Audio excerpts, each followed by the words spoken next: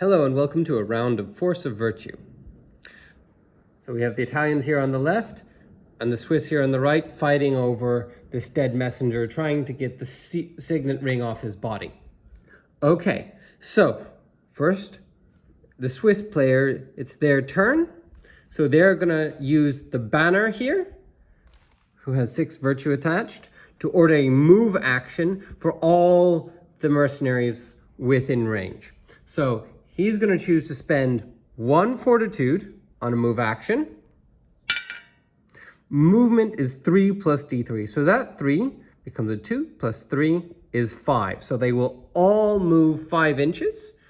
And I have now spent 1 fortitude. So I'm going to move it off the card to show it's spent. And they're going to move 5 inches forward and create a bit of a defensive cordon around this objective. I'm going to use my pikemen in back so that they can kind of reach over their friends later on if there's a fight. And there we have the bannermen in there. Now that cost all of them an action and 1 faith. Now it's over to the Italians' turn. So here we have gunners who are veterans. So they have 2 speed and 1 prudence attached to them.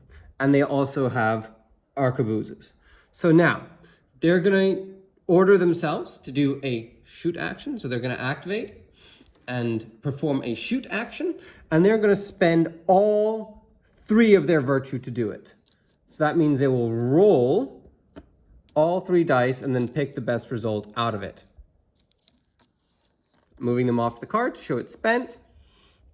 And as you see on their stat here, they have 3 faith. So that rolling those 3 dice will use up all their faith for the round.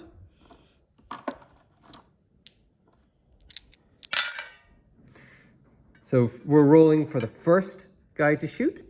Targeting wise, you always target the closest model, unless you roll a crit success with prudence. So now we're rolling for that first guy, and we can choose between one of those 2. Okay, so the best roll was a 5, which is above there to hit value of 4. So the first one is a hit. Now, there's no cover, so I don't get a defense dice. So we will then roll against the armor value on that card. So the model is hit, gets to roll against the armor value, which is a 5 up. The gun makes that, adds +2 to that. So that would be technically a 7, but a 6 always. This isn't a virtue roll, so I'm just going to use a normal bone dice, and they failed. So now we roll a wound save. If they fail, he's dead. Now, so he is removed. Now the next gunner will shoot, and he will also roll 3 dice and pick the best. Again, a 5, so that's a hit. Now that next guy has to roll an armor save, a 4, again a fail, and a 1 for the wound save. So he is dead. Now, so far we have failed 2 armor saves, right? Whenever you fail an armor save, you burn a virtue. So these we won't be able to spend. Okay, so at the beginning of the round, the spent ones come back, but the burnt ones don't. Now for the third gunner, that's a hit. Now for the armor save, that's a fail. And that's a fail for the wound save. So and for that failed armor save, we burn a virtue. So that was a really deadly round of shooting there. Close range volley with guns. Now it's back over to the Swiss player. So now, having burnt those 3 virtue, that Swiss player is going to do what we call a rally. A way a rally works is we roll dice equal to the virtue attached on their card, and if any come up 6s on a normal capo, it's rallied. Banners, rally actions on a 5 and a 6. So if we get any 6s, we'll get to 5s or 6s, we'll get to rally virtue. We rolled 2 6s, so 2 of these get flipped back, but they are returned as spent. Now, that was the Swiss action. Now it's over to the Italians again. So this knight over here is going to order a move action. He has, oopsies, he has not done anything yet, so all of his virtues are still fresh. So he's going to roll a move action with 1 audacity and 1 prudence. And he's going to pick the best result. Now he gets a prudence crit success, which he's allowed to choose. So you always pick the best result out of the dice rolled. We're going to quickly spend that audacity and that prudence. There we go. So now they're going to move 6 inches, because 3 plus d3, over here. So I'm going to move these guys over here. Now, you see these skirmishers over here, they're armed with shield and spear, and they have reach 1. So they are allowed to reach 1 inch. So, and that includes over friendly models. So they are set up for combat in the next turn. So, and now that they've moved, it's back over to the Swiss player.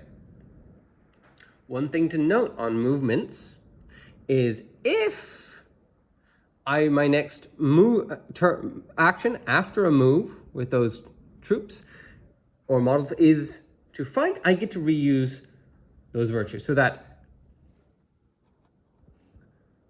audacity and that prudence, and that I'll be able to use again, and that fight action after the move is a free action. Same goes for these guys because they haven't done anything since they moved.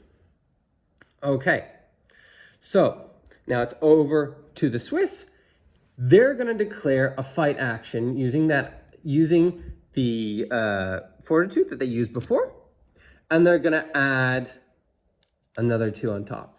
So that fortitude from the previous move doesn't count towards their faith, and the action doesn't either. So they're going to be rolling, they're going to have access to 3 fortitude dice when they do their fight action.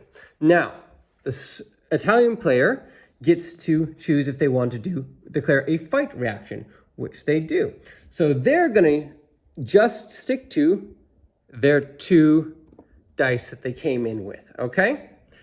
So, now, what's going to happen is a bit tricky to show on camera with one person, but we'll try it anyway.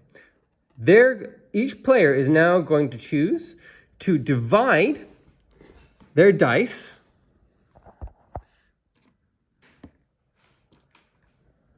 between attack and defense, and then reveal them simultaneously. So the Swiss player is going to put all 3 in attack, and the Italian player is going to keep 1 for defense there. He's going to keep the prudence die for defense and use the audacity for attack. What you'd usually do is you'd put it in your attack dice in your right hand and your defense dice in your left, and then reveal them simultaneously with both players. Okay? So we're going to roll a quick attack, and now we're going to resolve it in descending order of reach. So the pikes go first because they have reach 2. So we're going to first do those pikemen over there. So that first pikeman is going to roll their attack dice against the knight. The knight will be able to use their defense dice. So just like the shooting, I'm trying to get above my to hit value. So here, I have a to hit value of 4 plus, so none of them hit. Now, so that was nothing going. I don't need to use my defense dice yet, and his attack on, we hit the kind of reach step because he has a weapon with 0 reach. He'll be the last of these. Now, next one is this pikeman here. He's going to roll his attack dice, and we have a crit success. Now, that spearman gets to roll his defense dice and prudence, which fails, and he gets an extra one from his shield, which is also a crit success. So a defense dice, a normal success on a defense dice would usually take a normal success to cancel out. A crit success on an attack dice requires a crit success on a attack dice to cancel out. So he's successfully been able to parry it. That extra die comes from his shield. 1 free defense dice. So now for that third pikeman. He also misses because he's allowed to target because he's within 2 inches. Okay? So now, next one is the spears, which have 1 reach.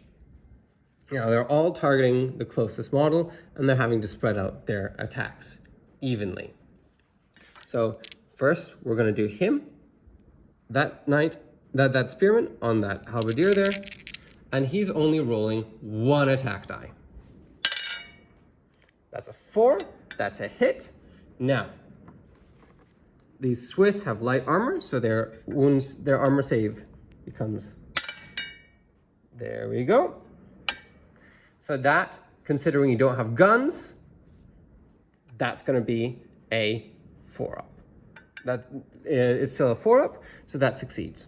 Now, he'll have to now roll a wound save, which he fails, and he's removed. You can burn an extra virtue to re-roll a failed wound save, but burnt virtue is pretty valuable. But you know what? We're down to only a few models, and this guy has a fair amount of burnt virtue, so we'll re-roll that. And he fails again. He can't burn another you can't do it twice, so he's removed. Now, for this guy over here, he's going to roll his Audacity attack die, which is a crit success. On a crit success with Audacity, you can roll another die. On a 4-up, it would burn another virtue from the scariness of the attack. It doesn't, so he just has to roll an armor save. And he fails, so we'll burn a virtue for that, and we'll also burn a virtue for the previous guy who failed an armor save. And now he'll roll his wound save, which again is a fail. So he is removed. And this guy no longer has anybody within 1 inch to attack, so he can't do anything.